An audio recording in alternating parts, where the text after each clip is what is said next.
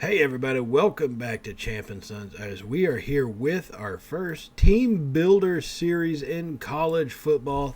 People haven't really heard of UT Rio Grande Valley, but they're just starting out a football program in D3, so we put them in, why not, Division 1, NCAA. Now, welcome back to the channel if you are returning. If you're new here, welcome to Champ and Sons and all the gaming content that we do offer. So what school are we, you may be asking yourself? Inspired by UT Rio Grande Valley. They wouldn't let us put that whole name in there, so we went with South Texas Big River, essentially,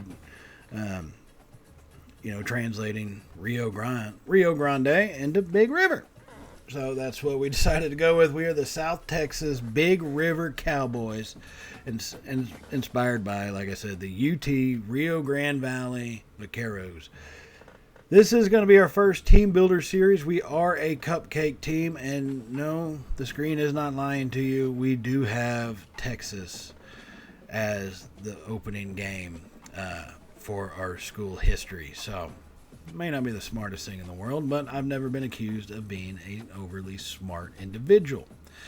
So, this school is a cupcake team. It is basically 0 stars. We replaced Kennesaw State only because they didn't have a history as far as, it's their first season in Division I. And I didn't want to, look at the contract and go, oh, well, this school's got history, even though they haven't been a part of Division I football. So that is who we replaced in the Conference USA.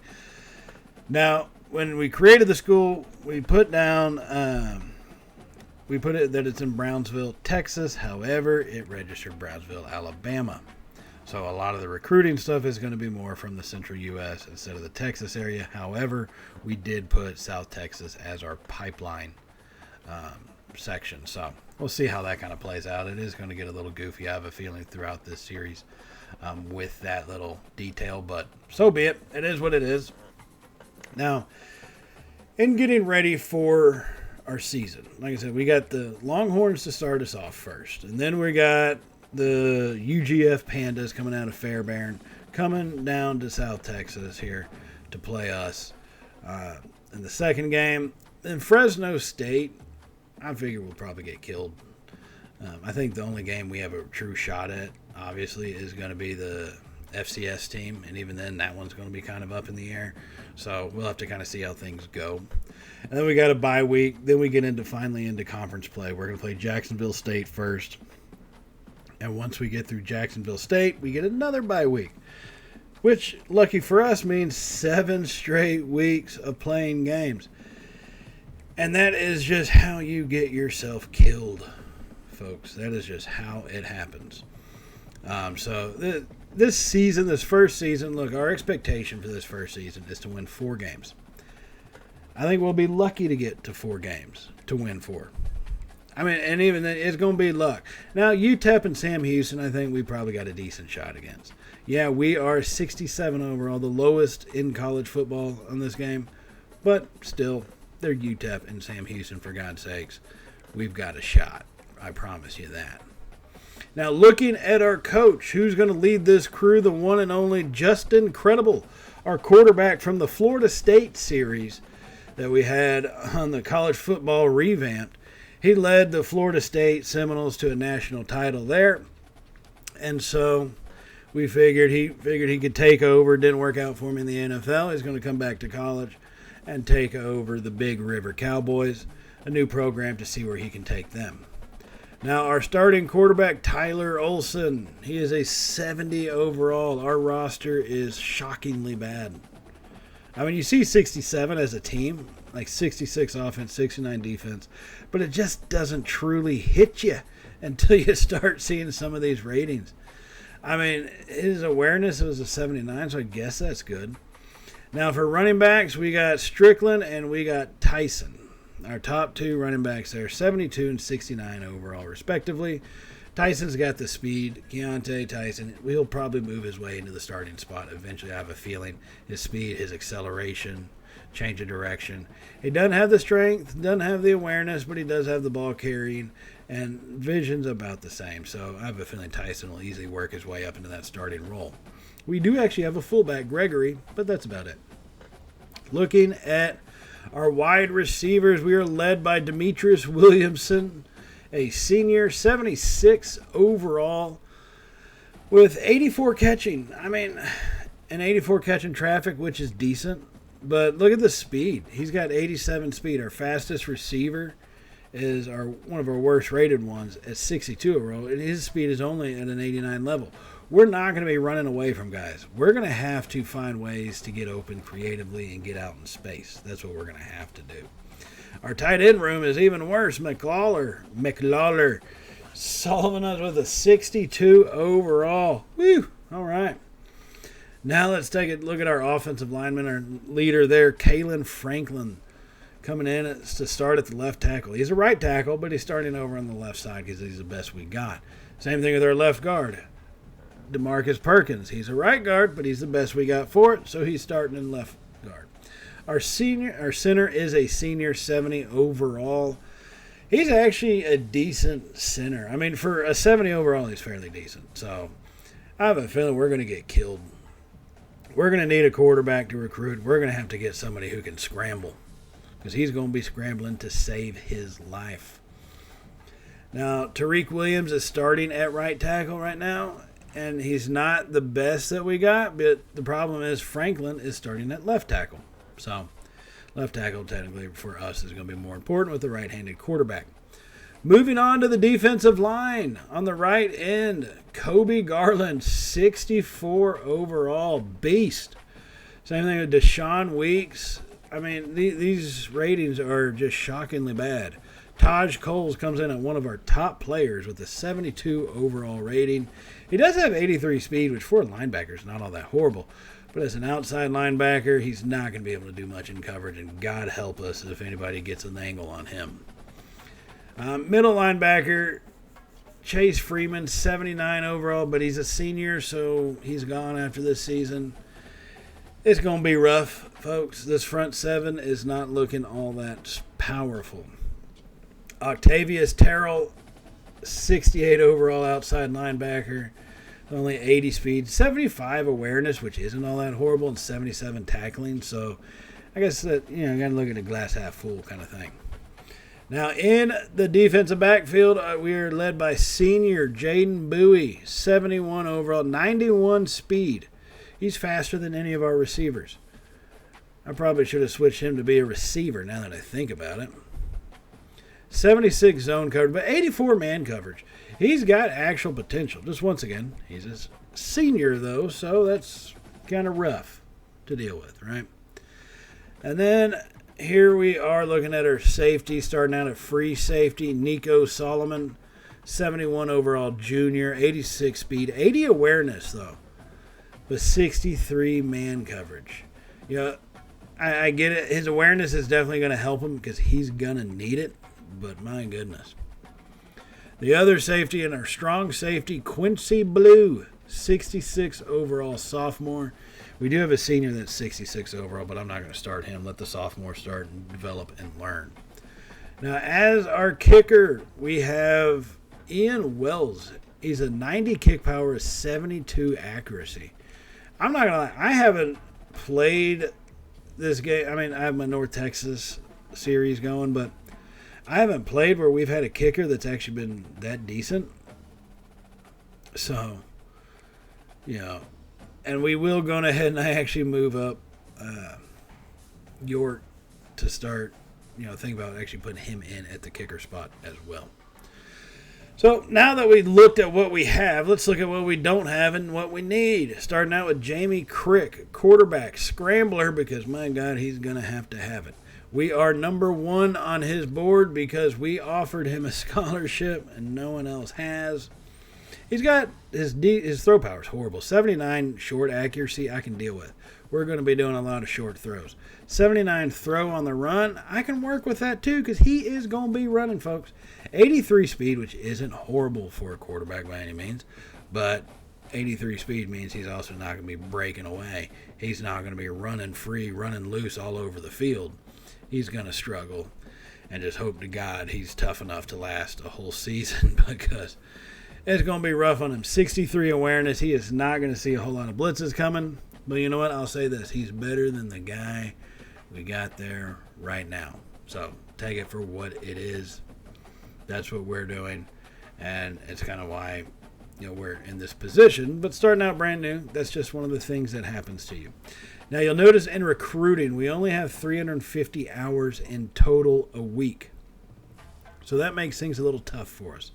That's why some guys like here, Afagi, are not scouted all the way. We are just number one on his board. So that's what we went with for us. And so in reality, that's what a lot that we looked at, right? So the same thing with Fisk, Eric, McKeithen. Maybe not fully scouted, but we were up there. Now, Eifert, when you have certain deal breakers, we can try to take advantage of them as best we can, right? So that's really the very early stages of recruiting. As guys fall off, we're going to put some more on throughout the season. Now, as we did show that we had the Longhorns scheduled in week 1 of our season, and really just wanted to show some of the highlights of it, right? This is not going to be a full game playthrough here. It's decent enough to show that we've got some ways to go. And being in Austin, a team that I really probably am going to schedule just about every season just because we're in state with them. It's one of those things that it makes you really want to kind of have to do it, So we are going to take a look at our first drive here. Tyson, our speedster, really got to the outside on that. Only picked up to about the 16, 17 yard line. So this game, obviously, we knew it was going to be rough coming into it. We didn't think there was much of a chance. If you look at our ratings for most things, it's pretty horrible. And our team is rattled, to say the least, right? Now, just the first snap, you could tell things were going to be bad. Had no time to throw the ball, no time to do anything like that. It was just pretty rough on that first down play. I knew we were in for a long day. I was hoping maybe we could get some yardage going in the run game, maybe just a little bit, and that was shut down fairly quickly. In fact, we didn't start doing a whole lot in this game until we got to, I think they were ahead about, spoiler alert, by the way, they were ahead about 45-0, I think. And you just see their closing speed, their chase down speed is ridiculous. Isaiah Bond compared to Strickland. Look at those numbers.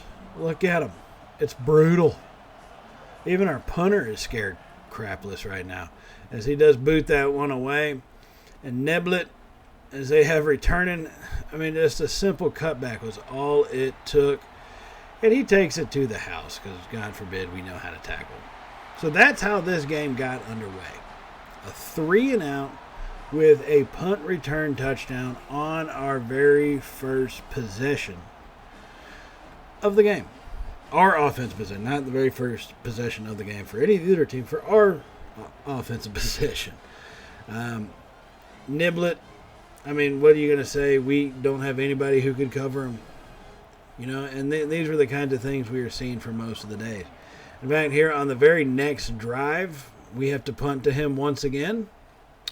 And shocker, he takes it to the outside. And we try with Perkins, who just misses. We really tried with Perkins on that one. We had what we thought was a good angle, and it just wasn't going to be good enough. So Niblet opened the game with back-to-back punt return touchdowns for the Longhorns, which put us pretty well under the gun. Our defense hadn't touched the field yet, and neither had the Longhorn offense. And we were already losing 14-0. Okay? That's how bad that was. Now, once we got their offense on the field, we did get a rare stop, but that didn't happen too many times. And you can see, even on a screen pass, while backing up, not even just planting the feet to throw it, just while backing up, we were hit while throwing it, and our running back couldn't even get out into the open. He kept hitting their defensive linemen because they were coming through so quick. And just like that, that's that great arm strength we displayed. right there. First interception of the season. I have a feeling we might be wanting to go for the interceptions thrown record of college football season number 1, which I guess if you got to think of it a certain way, it might be worth it to look at, hey, a record is a record, right? Bad or good. We still put ourselves in the history books. All right, South Texas Big River getting the history books. It's the way this game is shaping out, at least. We're going to try our damnedest. Now, our defense was surprising in this one. Mainly not for anything other than we actually did get some stops. And Isaiah Bond, the downside is if they didn't run at us, and they tried to make angles happen, we were screwed. We just were. We have 4 yards passing in this game, and Ewers almost surpassed us in that one play. Now he gets that one out to Bond, and this is where we were pretty decent. Whenever they ran those outside plays, we didn't let them get to the outside that much. So I think we've got some stuff actually to work on with our defense. We got some semi-decent speed for defensive players, whether it be from the linebacker core or even from the defensive backfield. We've got actually something I think we can work with. May not be very good for playing in Austin, but I think being in Conference USA, we could actually make a splash, maybe. I think we could. There's a definite chance. And you see, 17-0, first quarter, 4.5 minutes remaining. Longhorns knocking on the door once again. Isaiah Bond. Broken tackles. He didn't actually get all the way to the outside, which is what we had prepared. He cut it up in the middle, so he's so good he's being lifted up by an imaginary person right there. Take it for what it is. So at the end of the first quarter, 24-0, which I guess we could say it could have been worse, right? It could have been 28-0. Negative 10 rushing yards and 7 passing yards. We have negative 3 yards is after the first quarter. That's what we're working with, folks. That's what it's like whenever we're playing. If we wanted to use Texas as a barometer, right, for where are we against the best of the best. Oof, we have got some way to go. Baxter, just little shifty moves. Guys diving into the end zone. We tried to tackle him, and he dove into the end zone. Instead of going after Baxter, I'm not sure what that's all about. Could be also my panic of just trying anything to tackle him. And we couldn't do it. The cannon fired again for about the 9th time since the game started. But here's a high point, folks. Our kicker. We saw his accuracy, and can you believe that he made a field goal? Granted, we were down 65-0. But damn it, he put us on the board. We did not get shut out because he could actually make a kick. York can kick, folks. He is a punter. He's also our most accurate kicker. That's all I'm saying. Follow me on that. It sounds weird, but I'm telling you, it can be done. All right. So we did lose 65-3. That was kind of be expected. Nothing too shocking out of it. Outside of the field goal, got us some points. Could have been worse. We could have been 65-0. So some positives there. But that was to be expected. This gives us kind of a feel of how far away we are from being a competitive team in the top. Not even the top team, but being just competitive. We've got some ways to go on the offensive side and also on the defensive side, but I'm looking forward to continuing this season and seeing what we can make of it. And we're going to do that in the next episode, everybody, as we take on the UGF Pandas coming from Fairbairn to South Texas to take on Big River. And I will see y'all in that second episode, everybody. Remember to hit the subscribe button if you have not hit it already. And if you did like today's video, definitely give us a thumbs up, as it really does help out the channel. And I do greatly appreciate everything y'all do for us here at Champ and Sons. And hit that bell icon so you can be notified of all of our content that we upload, whether it's college football. We are going to be doing college baseball still, I promise you, and any other content we have. But until then, everybody, I'll see y'all in the next episode. So as always, stay safe and, well, Y'all know how it goes from here, right? Later, y'all.